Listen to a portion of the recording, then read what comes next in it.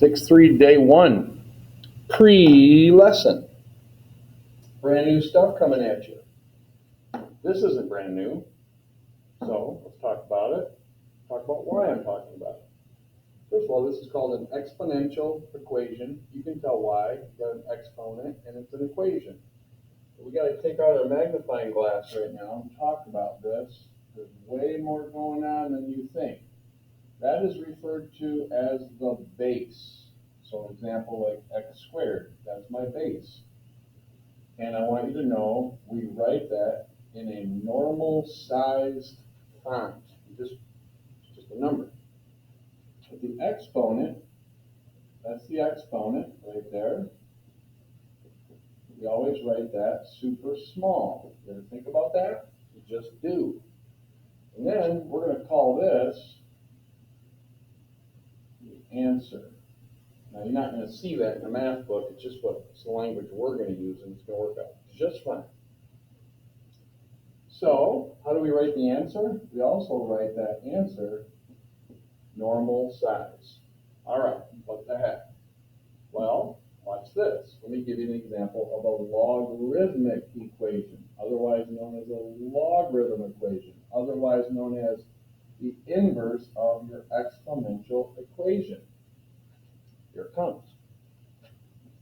Log, that's short for logarithmic, or short for logarithm. And then, boom, boom, boom.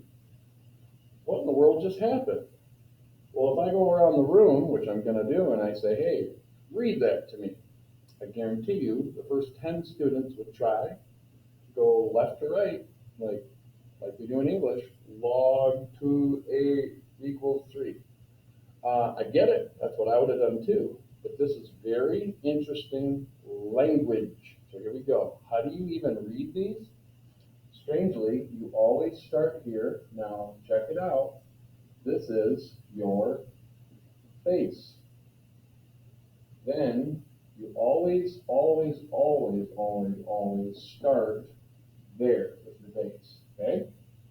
Then you go from here to here. It's going to be circular reading. So you would say 2 cubed, because guess what that is? That's my exponent now.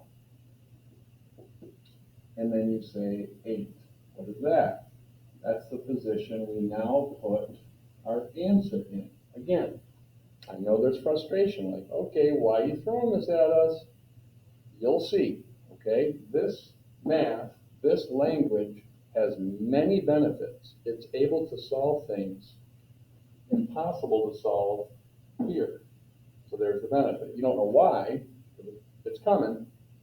So, what else? Well, this is my base, but now notice I write that small now. And then here's my exponent, which over here was small. Now I write it normal size in that position.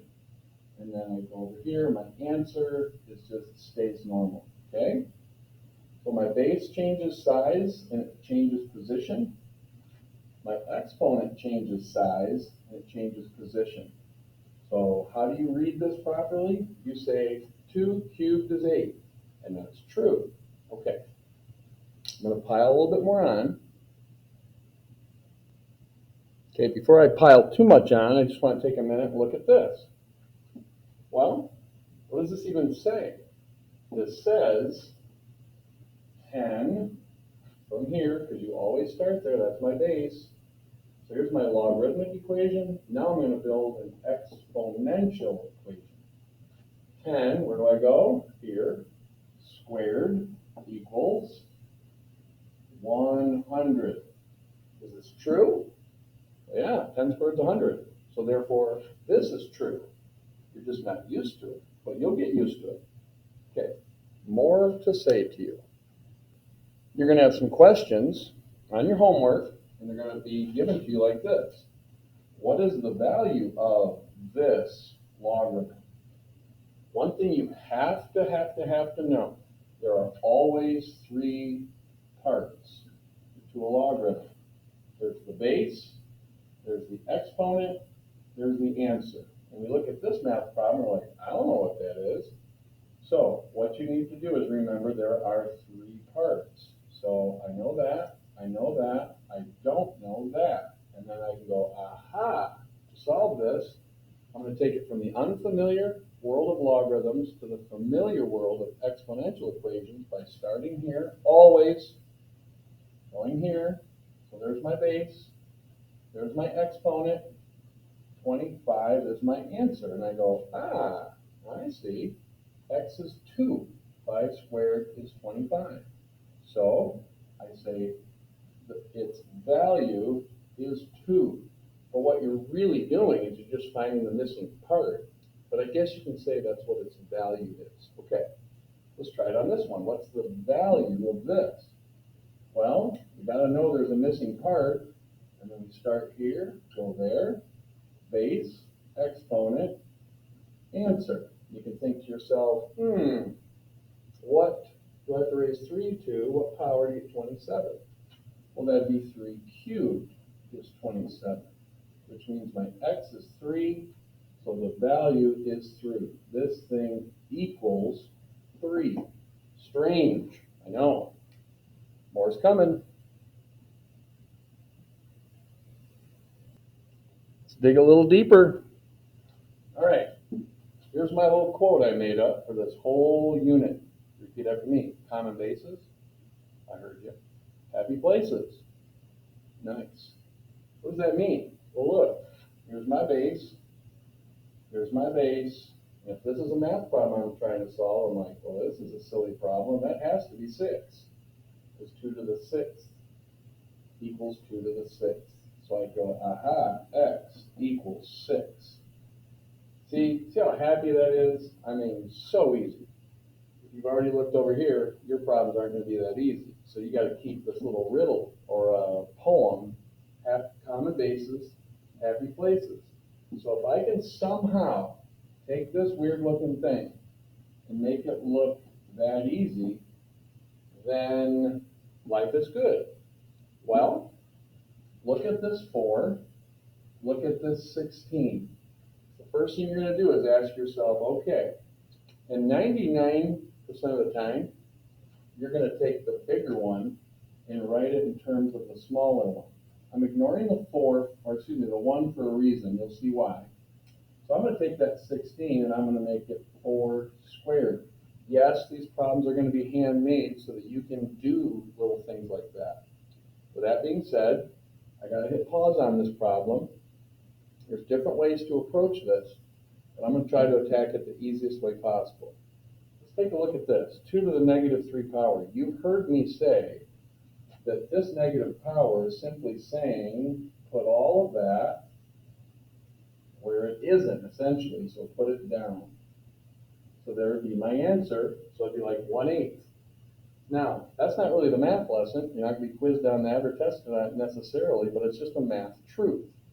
But that's going this way. Well, what if I tried something different? Remember, for every rule, there's like an inverse rule. So if I take this negative exponent and I obey it, it shoves everything down. And I need a numerator in order to have stuff in the denominator. But what if I go this way? What if I take this positive exponent and I want to bring it up? Well, then it turns into a negative exponent. That's a big trick in this realm. So watch this carefully. Remember, what I want is I want 4 to some power equals 4 to some number. Now on this side, I've already got that number. It's a 2. Now how do I get this 4 up? Well, I just taught you. See, there's an invisible 1 right there. So I'm going to bring it up. That would make it 4 to the negative 1 power, but there's an x sitting there. Remember your rules? When you raise a power to a power, you multiply. So this here would be negative 1x.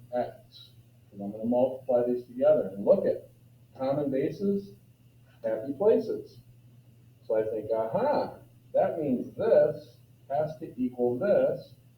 So negative 1x equals 2. Now this goes back to like pre-algebra. Multiply both sides by -1, x is -2. All right, so that's my answer. I solved it, and life is good. A couple more examples like this so you can kind of get used to it. Some of your homework is going to look just like this. Now, I don't know if you're wondering, like you're thinking, hey, where's the logs? Where'd they go? I thought this whole thing was about logarithms. It is. So here's your math problem. So it's going to say evaluate, or what's the value of this? Remember, there's always three parts, so there's a missing part here. Now I got to start here, go there. So 1/4 to the x power equals 16. Do you see what I just did with that? This is now the same as what this was. You remember the problem was like this, okay? And then you would just do the same thing for this. You see, logarithms are going to give you an extra step, turn them into exponential functions or equations, then solve it. All right, a little hidden rule that you just have to have in your back pocket as you kind of walk through this stuff. Now look at this one, log 100. And you've heard me say logs always have 3 parts. And now it's like, wait, we're missing 2 parts. Now there's a twist here. Take your calculator, assuming it has a log button on there, and I type in, watch this now, where's that log? Okay, log, right next to the 7, log. Can you see it? It's not focusing, but that's it. If I take 100,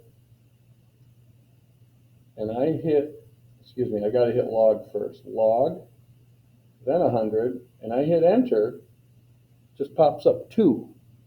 Can you see the 2? All right, I'm not going to hit my focus thing, but there's a 2. How'd the calculator know it's a 2? Well, our number system, like the number 376, is 3 times 10 squared plus 7 times 10 to the first plus 6 times 10 to the 0 power. What's anything to the 0 power? 1. So it's 376. This is called base 10 number system. So every now and then you're going to get a logarithm and it's not going to have anything there. You are 100% to assume it's a 10. So our whole number system is based on the 10. It's kind of like the square root of 49. We don't normally put a 2 there. So we just sometimes don't put a 10 there. And then I hit my calculator and it said this equals 2. Is that true or false? Well, it's true, because 10 squared equals 100. So I say that all to say if there's a missing base, it's a 10. That finishes the pre-lesson. Make sure you watch the example problem videos, and it's going to add a lot to your understanding.